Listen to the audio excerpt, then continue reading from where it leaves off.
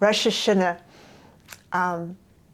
was my favorite holiday in the whole world because my grandparents were so happy on Rosh Hashanah.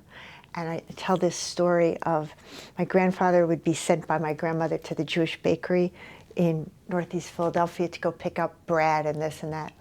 And he would take me with him, and all his old cronies would be in there, and his best friend owned the bakery, and he would take me behind the counter in the back, and he would wink, and he would say, "Don't tell Bubby." And then he would pick me up and put me on the counter, and he'd give me a black and white cookie, and then they would start doing shots of Plum, Brandy, and l'chaim, and and he'd go, "Don't tell Bubby," and they keep plying me with more cookies. So it was just a wonderful day. It was a wonderful day.